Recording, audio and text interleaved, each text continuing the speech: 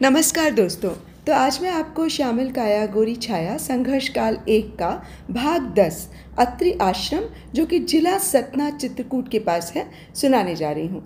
दोस्तों, मैं भाग 10 आरंभ करूँ उससे पहले आप सबसे फिर से ये निवेदन है कि यदि आपको मेरा ये चैनल आइए सुने कहानी और मेरा वाचन पसंद आता है तो कृपया मेरे इस चैनल को आप सब्सक्राइब कर लीजिए और मेरी कहानियों को लाइक और शेयर, और हाँ, बेल आइकन ज़रूर दबा लीजिएगा जिससे कि मेरी आगे आने वाली कहानियों की नोटिफिकेशंस आपको मिलती रहें।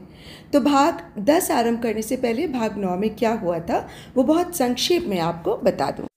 कामतगिरी पर्वत पर बनी कुटिया में सीता ने लक्ष्मण और उर्मिला को एकांत में मिलने का अवसर प्रदान किया, और वहीं उर्मिला को ज्ञात हुआ कि क्योंकि लक्ष्मण अपनी नवविवाहिता पत्नी को छोड़कर आए हैं, इसलिए राम और सीता ने भी 14 वर्षों तक ब्रह्मचर्य का प्रण लिया है।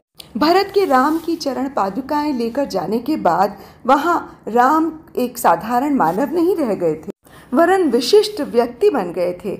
अतः पूर्व निर्धारित समय से पहले ही रघुवंशियों ने चित्रकूट छोड़कर सघन दंडकारण्य में प्रवेश करने का निर्णय लिया। अगले पड़ाव में दुष्ट जयंत ने सीता पर अपनी कुदृष्टि डाली, किंतु सीता ने अत्यंत फुर्ती से उसके ऊपर आक्रमण कर दिया, और उधर राम और लक्ष्मण भी उनकी सुरक्षा हेतु प्रस्तुत हो गए। फिर जयंत के बहुत क्षमा मांगने पर राम ने केवल उसकी बाईं आंख को घायल कर छोड़ दिया। उसके बाद वहां वनवासियों ने राम और लक्ष्मण का बहुत सम्मान किया, क्योंकि जयंत उनकी नारियों पर भी कुदृष्टि डालता था और उन्हें प्रताड़ित करता था। किंतु राम ने वनवासियों को ये संदेश दिया कि उन्हें अपनी रक्षा स्वयं करनी सीखनी होगी। इसके बाद तीनों रघुवंशी वहां से चल पड़े। अब आगे भाग 10 अत्रि आश्रम। समुद्र और रेगिस्तान की भांति बिहड़ वन में भी दिशा निर्देशक चिन्ह या संकेत चिन्ह न होने से दिशा भ्रम होने की संभावना बनी रहती है। कहीं कहीं वनवासियों द्वारा स्थापित शिवलिंग विग्रह से दिशा ज्ञान मिल सकता है, परंतु शिव उपासक बस्तियां उस विस्तृत वन क्षेत्र में बहुत कम थीं। ऐसी स्थिति में वन्य संपदा एकत्र करने निकले आश्रम वासियों के चलने से बनी पगडंडियां ही पथिकों को ऋषि मुनि के आश्रम तक पहुंचाने की सर्वश्रेष्ठ मार्गदर्शक सिद्ध होती थीं। वो तीनों ऐसी ही एक पगडंडी के सहारे बढ़ रहे थे, तभी उन्हें कुछ भगवाधारी ब्रह्मचारी फल फूल एकत्र करते दिखे। पूछने पर पता चला कि वो ब्रह्मचारी अत्रि ऋषि के गुरुकुल से हैं। ब्रह्मचारी छात्र राम का परिचय जानकर बहुत प्रसन्न हुए। उन्होंने तीनों रघुवंशियों से विश्राम हेतु कुछ दिन आश्रम का आतिथ्य स्वीकार करने का आग्रह किया। रामानुज को आश्चर्य हो रहा था कि समस्त दंडक वन में राक्षसों का पूरा प्रभुत्व था। निर्दंड राक्षस स्वेच्छा से जब चाहते तब ऋषि मुनियों को त्रास देते और जब चाहते तब उनकी हत्या भी कर देते। कुछ मानव भक्षी राक्षस तो ऋषियों को मारकर खा भी जाते थे। ऐसी कठिन परिस्थिति में भी सारे दंडक वन में मुनियों के आश्रम सागर में द्वीपों की भांति यत्र तत्र बिखरे हुए थे। इन आश्रमों में शिक्षण, प्रशिक्षण, उपासना और यज्ञादि धार्मिक कृत्य होते रहते। महर्षि अत्रि व उनकी धर्म पत्नी अनसुया का आर्यावर्त में बहुत सम्मान था। महर्षि अत्रि विख्यात ब्रह्मज्ञानी थे। उनका आश्रम वत्स देश और दंडक वन की सीमा पर स्थित था। दंडक वन की भयावहता के कारण वहां साधारण पुरुष जाने का भी साहस नहीं कर पाते थे। ऐसी परिस्थितियों में अत्रि की पत्नी अनसुया भयानक वन में भी अपने पति को सहयोग दे रही थी। पति के प्रति ऐसी निष्ठा के कारण वे सारे भरतखंड में प्रशंसित थीं।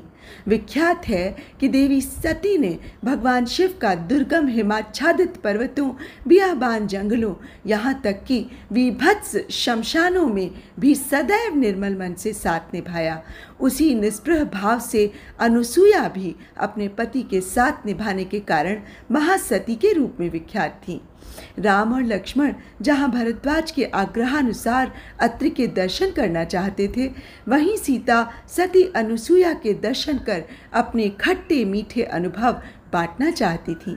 वे तीनों ब्रह्मचारियों का आग्रह स्वीकार कर अत्रि आश्रम की ओर चल पड़े। सीता, राम और लक्ष्मण घनघोर वन में बटुकों के पीछे पगडंडियों पर अत्रि आश्रम की ओर सावधानी से चल रहे थे। बीच बीच में गिलहरी, खरगोश अथवा कभी कभी लोमड़ी के तेजी से पगडंडी के एक तरफ से दूसरी तरफ निकलने से वैदेही चौंक जाती। फिर किसी सिंह की गर्जना से सहम कर द्रुत गति से राम के समीप पहुंच जाती। सीता की इन गतिविधियों से दोनों भाइयों का मनोरंजन भी हो रहा था। थोड़ी ही देर में उन्हें आश्रम से उठते हुए धूम्र शिखा के दर्शन हुए। तीनों की चाल में गति आ गई। ये लोग अंधेरे के पहले ही आश्रम पहुंचना चाहते थे। महर्षि अत्रि के आश्रम की छटा आर्यावर्त के आश्रमों से बिल्कुल भिन्न थी। यहाँ चारों तरफ मात्र वन और वन संपदा ही परिलक्षित हो रही थी। नगरों की निकटता के अभाव में वहाँ आधुनिकता का कोई भी चिन्ह नहीं था। यहाँ तक कि युद्ध कला की भी कोई सामग्री नहीं थी। अधिकतर आश्रमों में हिंस्र जंतुओं का प्रतिकार करने के लिए साधारण अस्त्र और अग्निक्षेपक पात्रों का भी इस आश्रम में पूर्ण अभाव था। आश्रम चारों ओर से साल, जामुन, बेर और शीशम के ऊंचे ऊंचे पेड़ों से घिरा था। उसके बाद आम आदि कम ऊंचाई के छायादार वृक्ष लगे थे, जो समय आने पर बहुत स्वादिष्ट फल देते थे। उसके अंदरूनी भाग में चिरौंजी, गुंजा की झाड़ करीने से उगाई गई थी। आश्रम के चारों कोनों पर अग्निहोत्र प्रज्वलित थे। झुकती हुई संध्या की ढरकती कालिमा की पृष्ठभूमि में अग्निहोत्र की लपटें प्रकाश फैलाने के अलावा छाया की तमाम बनती बिगड़ती आकृतियों का निर्माण कर रही थी। जंगल से आती पगडंडी को बाहर ही रोकने के लिए आश्रम में कपाट नुमा एक छोटा सा फाटक था। ये फाटक किसी आगंतुक को निषेध करने को नहीं लगाया गया था। अतिथियों का तो आश्रम में सदैव स्वागत था। ये फाटक मात्र आश्रम की सीमा प्रारंभ होने का द्योतक था। पगडंडी समाप्त होते ही फाटक पर दो अन्य बटुकों ने इनका स्वागत किया। परिचय प्राप्त कर एक बटुक कुलपति को सूचित करने भागा, वहीं दूसरा इनका स्वागत कर आश्रम के विशाल प्रांगण में ले गया। प्रांगण में पहुंचते ही इन्हें अत्रि ऋषि के दर्शन हुए। आगंतुकों ने ऋषि को प्रणाम कर आशीर्वाद पाया। अत्रि ने उन्हें आसन देते हुए उनकी कुशल क्षेम पूछी। राम को अपने वनवास का पूरा वृत्तांत ऋषि को बताना नहीं पड़ा। चित्रकूट प्रवास के समय ही राम के वन आगमन की सूचना दंडकारण्य के लगभग सभी आश्रमों में पहुंच चुकी थी। कुशल क्षेम की वार्ता के मध्य ऋषि के शिष्य आगंतुकों हेतु ढाक के बने दोनों में कंद मूल लेकर आए, जिसे सब ने ऋषि को प्रणाम कर ग्रहण किया। आश्रम की बावली के स्वच्छ निर्मल जल को पीकर दिन भर की थकान से आराम पाया। रात्रि शयन से पहले ऋषि के सभी शिष्य प्रांगण में एकत्र हुए। तीनों रघुवंशियों ने भी इस गोष्ठी में ज्ञान लाभ किया। उसी समय ऋषि पत्नी अनुसूया का पदार्पण हुआ। उनके आते ही लगा जैसे शुक्ल पक्ष की श्यामल संध्या में पूर्णिमा अपनी शीतल चंद्रिका के साथ अवतरित हो गई। सीता ने शीघ्रता से उठकर देवी अनुसूया को प्रणाम किया। देवी की उपस्थिति का सदैव ही इतना मोहक प्रभाव होता है, सोचते हुए राम और लक्ष्मण ने भी उठकर अनुसूया को प्रणाम किया। प्रणति में झुकी सीता को अनुसूया ने तत्काल उठाकर सीने से लगाकर प्रसन्न मुद्रा में कहा, अरे अरे उठो सीता, दोनों कुमार तो मात्र रघुवंश का ही प्रतिनिधित्व करते हैं, पर तुम तो रघुवंश और नेमी दो वंश परंपराओं की वाहक हो। ऋषि मुस्कुराते हुए बोले, रघुनंदन, देवी अनुसूया स्त्रियों को दो कुलों का प्रतिनिधि मान अधिक सम्मानीय मानती हैं। धात्री होने के कारण धरा और धारिणी सदैव वंदनीय है गुरुदेव। कहकर राम ने एक बार फिर देवी अनुसूया को प्रणाम किया। थोड़ी समसामयिक चर्चा के बाद सभी रात्रि शयन हेतु उठ गए। बटुकों ने आगंतुकों हेतु 2 कुटियों का प्रबंध किया था, परंतु एक कुटी रात्रि पर्यंत खाली रही। रामानुज रात भर राम और सीता की कुटी के सम्मुख वीरासन में सन्नद्ध रहे। ब्रह्म मुहूर्त में मलयानिल के साथ सारा आश्रम जागृत हो गया।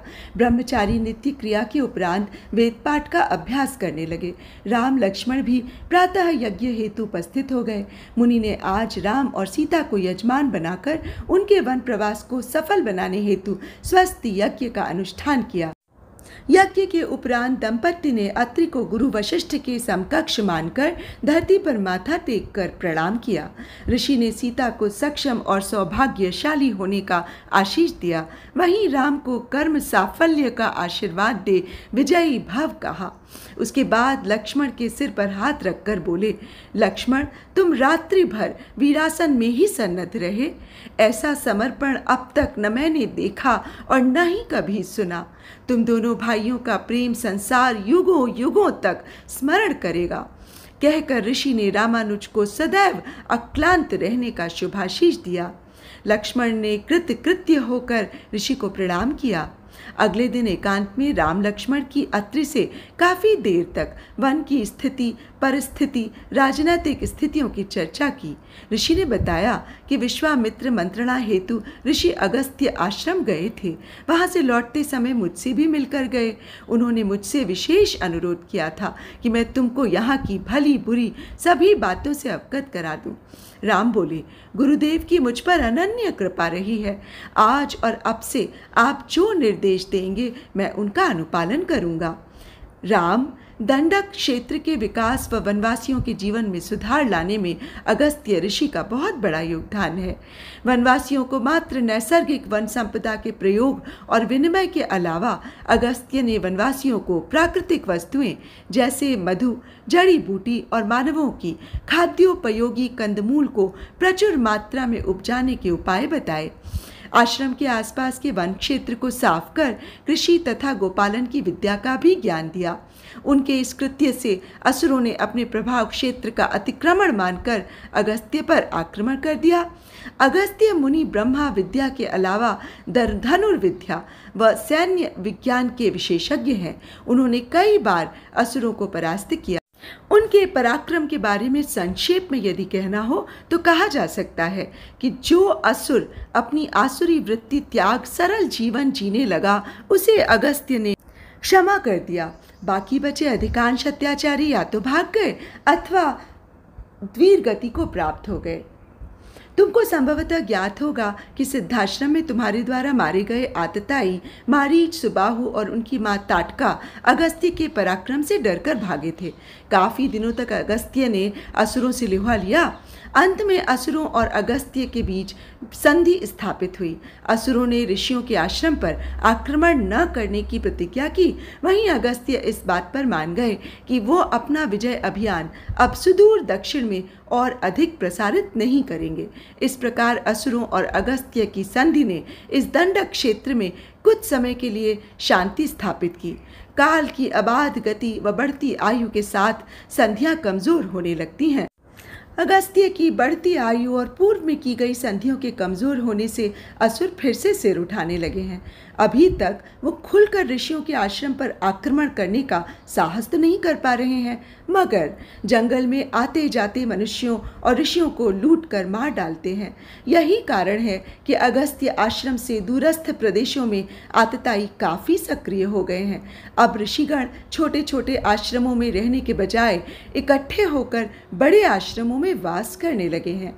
अगस्त्य और विश्वामित्र दोनों इस क्षेत्र में बढ़ती आसुरी शक्ति से चिंतित थे। विश्वामित्र के वर्तमान दंडक क्षेत्र के भ्रमण का उद्देश्य यहाँ के समस्त आश्रमों को, विशेषकर अगस्त्य को, तुम्हारे आगमन और उद्देश्य के बारे में सूचित करना था। दंडक वन के सारे गुरुकुल अपने संपूर्ण ज्ञान और सामर्थ्य के अनुसार तुम्हारी सहायता के लिए सन्नद्ध हैं। जगह जगह बिखरे ये आश्रम तुम्हारे विश्राम स्थल होने के साथ ही तुम्हारे लिए नवीनतम अस्त्रों की आपूर्ति की व्यवस्था भी करेंगे। अगस्त्य मुनि नवोदित सूर्य के आगमन से विशेष उत्साहित हैं। फिर कुछ सोचते हुए बोले, राम, तुम्हारे संघर्ष की संपूर्ण पृष्ठभूमि नियोजित हो चुकी है। ये संघर्ष तुम्हारे कुल गौरव, प्रशिक्षण और बल विक्रम की कसौटी है।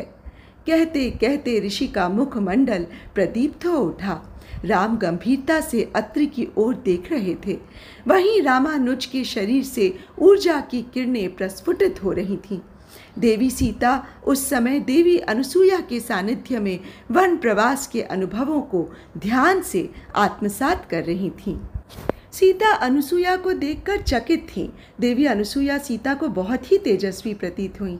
ऐसा तेज सीता ने केवल कैकेयी के चेहरे पर देखा था, मगर कैकेयी को जहाँ वैभव और राजसी दर्प तेजस्वी बनाता था, वहीं देवी अनुसुईया के मुख पर तपस्वी तेज और शांति विराजती थी।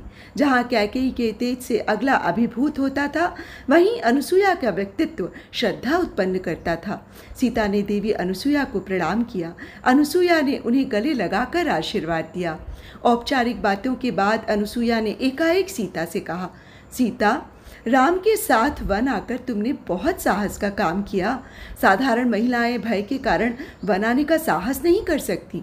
वो घर पर ही रहकर पति के वनवास की अवधि पूरी होने का इंतजार करती।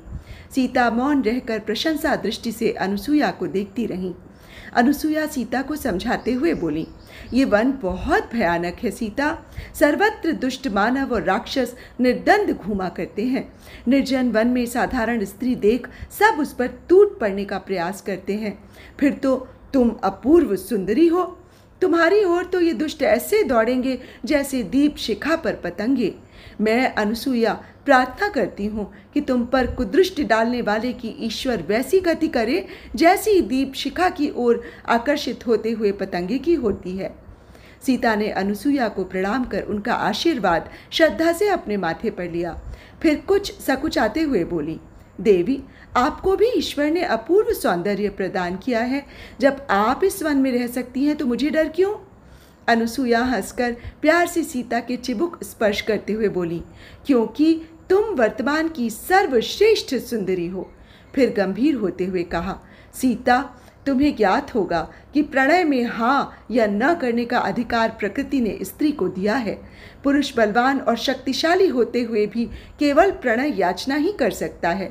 जो स्त्रियां अपने को अपने में समेट गरिमा पूर्वक स्वपति में ही रत रहती हैं, उनसे अधिकतर पुरुष दूरी बनाकर रहते हैं और उनका सम्मान भी करते हैं। वहीं चपल और चंचल स्त्रियां जाने अनजाने में पुरुष की कुत्सित दृष्टि का भाजन होती हैं। संभवतः इसी वजह से मुझे कभी अनुचित परिस्थिति का सामना नहीं करना पड़ा और फिर मैं ऋषि गुरुकुल में निवास करती हूँ, जिनसे आतताई दूरी बनाकर रखते हैं। सीता ने आदर से कहा, संपूर्ण आर्यावर्त में आप सती रूप में पूजी जाती हैं। जन साधारण आपको सती अनुसुईया के नाम से स्मरण करते हैं। वहाँ की लोकोक्ति है, स्वयं अत्रि ऋषि इस भयानक दंडक वन में आपके सतीत्व से संरक्षित हैं। मेरी आपके दर्शनों की बहुत अभिलाषा थी।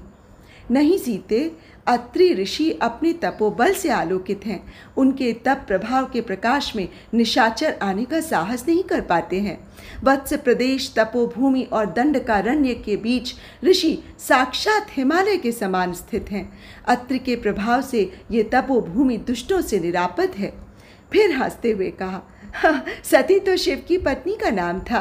देवी सती ने अपने पिता द्वारा अपने पति के अपमान से क्षुब्ध होकर आत्माहुति दी थी। तब से संज्ञा शब्द सती आर्यावर्त में विशेषण बन गया।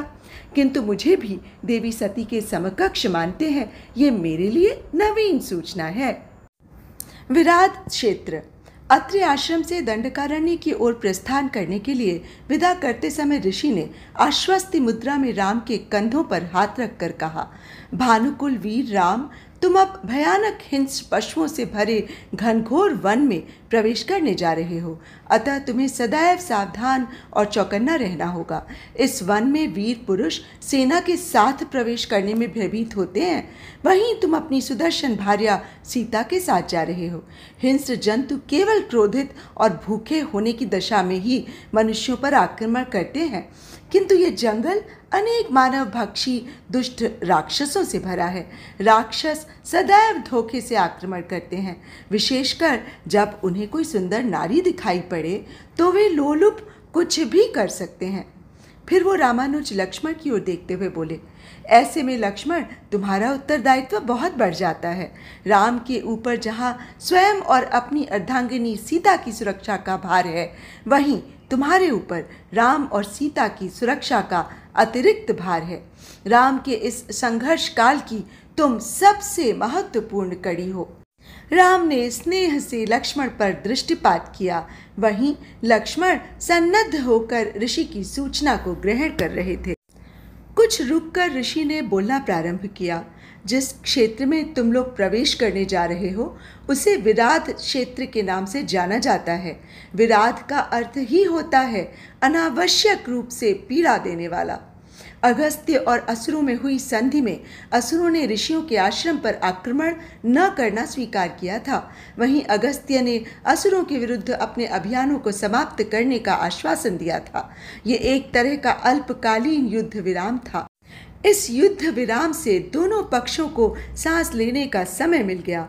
असुरों को जहां संगठित होने के साथ साथ शक्ति संचय हेतु समय चाहिए था, वहीं अगस्त्य भी अब युवा नहीं रह गए थे। उनके शरीर को विश्राम की आवश्यकता थी।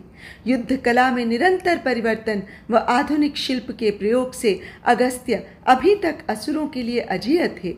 अब नवीनतम प्रयोगों और धार्मिक अनुष्ठानों के लिए अगस्त्य को भी समय की आवश्यकता थी। दंडक क्षेत्र में राक्षस संस्कृति के प्रसार और प्रभुत्व का दायित्व रावण ने अपने विमात्रज, खर, दूषण और त्रिशरा को सौंप रखा है।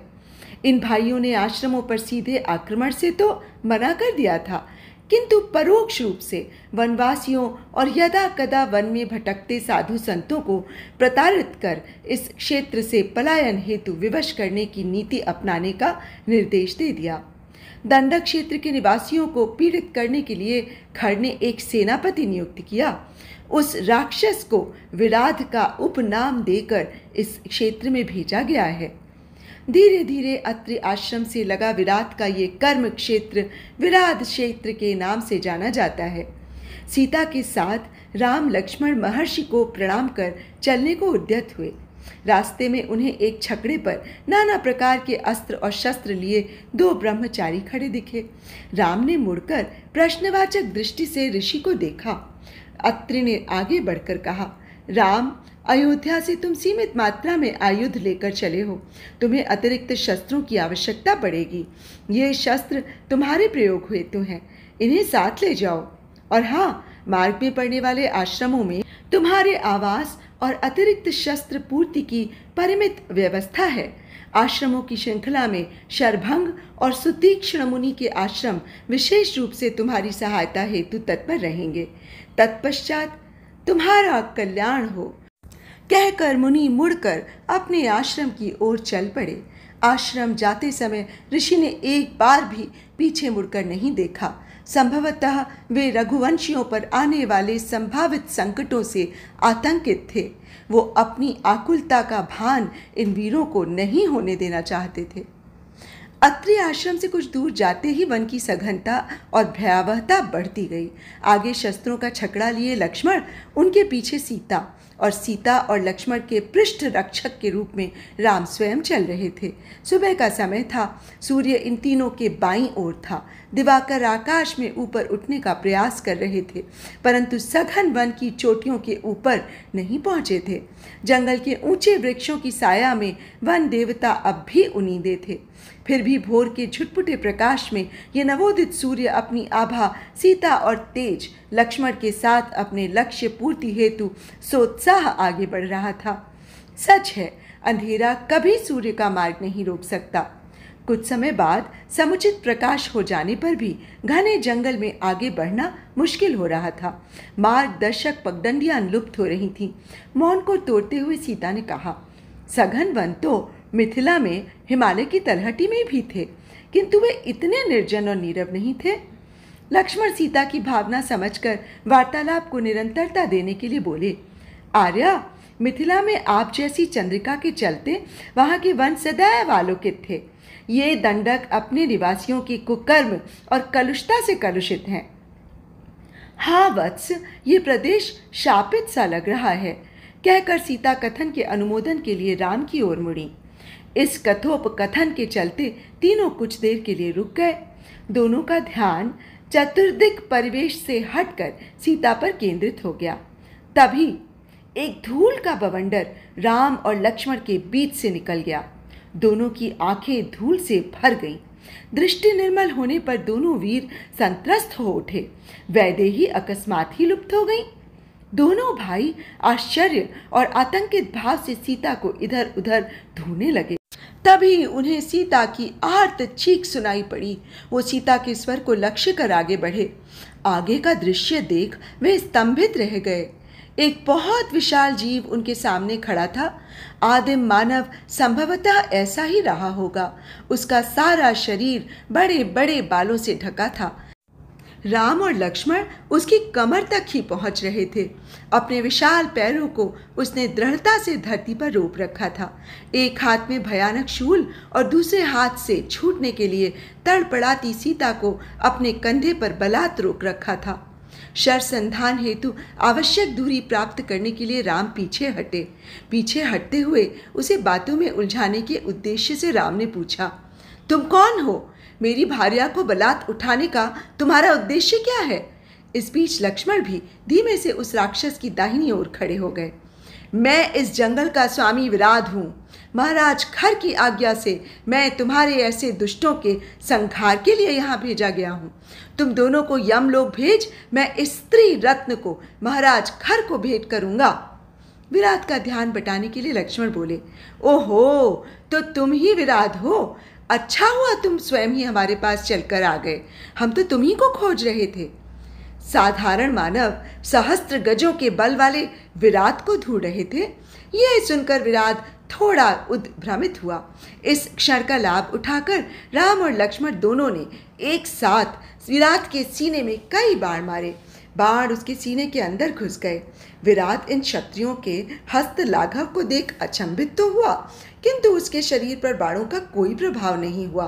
पानी से भीगा सांड जैसे पानी छिटकने के लिए अपनी खाल को हिलाता है, उसी प्रकार विराट ने अपनी खाल को हिलाया। खाल के हिलने से विराट के शरीर में धंसे सारे बाण तत्काल शरीर से छिटक कर जमीन पर गिर पड़े। राम को याद आया कि अत्रि ने कहा था कि दंडक के बहुत से राक्षसों पर तुम्हारे साधारण आयुध निष्प्रभावी सिद्ध होंगे।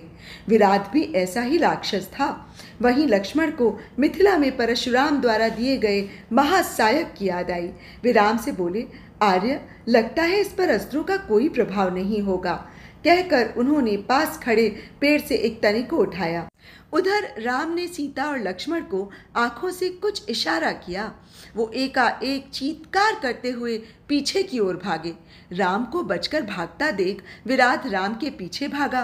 कंधे पर बैठी सीता ने अपने दोनों हाथ के अंगूठों के नखों को विराट की दोनों आंखों में पूरी शक्ति से घुसेड़ दिया। विराट को असहाय पीड़ा हुई। कुछ समय के लिए विराट अंधा हो गया। तभी राम के पीछे भागते हुए विराट के घुटने पर लक्ष्मण ने पेड़ के तने से पूरी शक्ति से प्रहार किया। लक्ष्मण के प्रहार से विराट मुंह के बल गिर पड़ा। भागते राम ने पीछे मुड़कर विराट के कंधे पर बैठी सीता को भूमि पर गिरने से पहले ही गोद में थाम लिया। इसके बाद राम और लक्ष्मण दोनों ने पेड़ के तनों से विराट पर ताबड़तोड़ वार किया। इन प्रहारों से विराट के हाथ पैर की सारी हड्डियां टूट गईं। वो हिलने डुलने में असमर्थ हो गया। लगातार विराट पर वार कर रहे लक्ष्मण को राम ने रोक कर कहा, लक्ष्मण, हम लोगों ने बहुत ही क्रूर कर्म किया। अब हमें इसे ऐसे ही मरने के लिए छोड़ देना चाहिए। लक्ष्मण की क्रोधाग्नि अभी शांत नहीं हुई थी। वो फुफकारते हुए बोले, यदि हम क्रूर कर्म न करते तो आर्या की रक्षा कैसे होती? क्रूर की मृत्यु भी क्रूर तरीके से होती है। इस विषय में संशय नहीं होना चाहिए। इसके बाद विराट के गले पर पांव रखकर दबाते हुए लक्ष्मण ने राम से कहा, इसे यूं घायल करके छोड़ना उचित नहीं होगा। आप इस मायावी को वश में रखें। मैं गड्ढा खोदकर इस दुष्ट को धरती में समाधि देने के बाद ही यहाँ से आगे बढ़ूंगा। इसके बाद लक्ष्मण ने एक बड़ा गड्ढा खोदकर विराट के शरीर को उसी गड्ढे में डालकर ऊपर से मिट्टी डाल उसे तोप दिया। विराट के आकस्मिक आक्रमण से दोनों क्षत्रिय कुमार हतप्रभ हो गए थे। विराट को धरती में गाड़ने के बाद लक्ष्मण बोले, अच्छा हुआ कि विराट क्षेत्र में घुसते ही विराट से सामना हो गया। अब हमें अनुभव हो गया कि ये अधम राक्षस निरपराध स्त्री पर भी आक्रमण कर सकते हैं। इसलिए हमें आर्या की सुरक्षा के लिए विशेष रूप से सतर्क रहना होगा। इस चेतावनी को सभी ने सुना और मन ही मन गुना भी। विराट की मृत्यु का समाचार पाकर जहां चित्रकूट में अत्रि ऋषि को संतोष हुआ, वहीं दंडक वन के मध्य स्थित शरभंग आश्रम में राम की प्रतीक्षा तीव्र हो गई। पशुओं की भांति राक्षसों की घ्राण शक्ति भी बहुत विकसित होती है। वे सूंघ कर आने वाली वायु की दिशा में मानव, हिंस पशु अथवा शिकार की उपस्थिति का पता लगा लेते हैं। शस्त्रधारी मानव सामने से हमला होने पर आसानी से प्रतिकार कर सकते हैं, इसलिए मानवों पर हिंस्र पशु और राक्षस सामने से हमला नहीं करते। वे हवा के विरुद्ध दिशा से आक्रमण करते थे ताकि उनके शिकार को आक्रमण करते समय शिकारी की गंध न मिल सके। इस प्रवृत्ति को ध्यान में रख सजग वीर व वनवासी आकस्मिक आक्रमण से काफी कुछ सुरक्षित रहते थे। इस समय रघुवंश त्रिमूर्ति वन में दक्षिण की ओर जा रहे थे। हवा इनके बाएं अर्थात पूरब से पश्चिम बह रही थी, अतः तीनों अपनी पीठ की तरफ से अप्रत्याशित आक्रमण से आश्वस्त थे। वो सावधानी से आगे बढ़ते गए। रास्ते में इक्का दुक्का राक्षस अथवा हिंस पशु से मुठभेड़ हुई, किंतु रामानुज ने उन्हें तत्काल ही मार गिराया। शरभंग आश्रम पहुंचने तक इन तीनों के काफी बाण व्यय हो चुके थे। सीता इसे अत्रि मुनि का अनुग्रह मान रही थीं, जिन्होंने हठात अतिरिक्त अस्त्र दे दिए थे। सभी देवता रावण के आतंक से भयभीत थे। राम के दंडक वन गमन की सूचना से देवलोक प्रसन्न था। सिद्धाश्रम में किशोर राम और लक्ष्मण के पराक्रम से सभी देवता परिचित थे। परशुराम प्रदत्त वैष्णव धनुष भी राम को उपलब्ध था, जिससे राम की क्षमता में अभूतपूर्व वृद्धि हुई थी। देवता दंडक वन में ही राम रावण युद्ध के परिणाम का अनुमान लगा रहे थे। अपराह्न के मार्तंड की भांति युवा राम का पराक्रम अपने शिखर पर था। देवता प्रार्थना कर रहे थे कि राम रावण का पराभव कर उन्हें अत्याचारों से मुक्त करा सकें। पर क्या रावण को पराजित करना राम के लिए संभव होगा?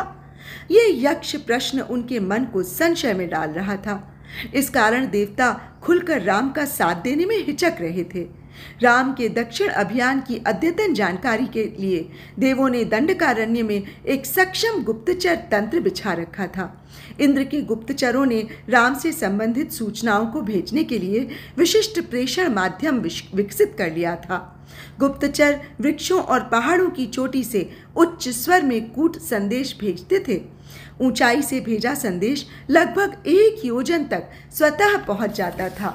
यहाँ मैं जिन श्रोताओं को योजन का अर्थ नहीं पता, उन्हें बता दूं कि 1 योजन में लगभग 13 से 16 किलोमीटर होते हैं और उन संदेशों को उसी प्रकार आगे चोटी पर बैठे गुप्तचर पुनः प्रसारित कर देते थे। यूं दंडक वन से ये सूचनाएं ध्वनि के वेग से चित्रकूट पहुंच जाती। इन सूचनाओं के आकलन हेतु देवराज इंद्र स्वयं चित्रकूट में आ विराजे थे। तो दोस्तों, आज की कथा बस यहीं तक। आगे की कथा मैं आपको भाग 11 में सुनाऊंगी, जो कि इस उपन्यास का अंतिम भाग होगा। तो तब तक के लिए मुझे आज्ञा दीजिए। नमस्कार।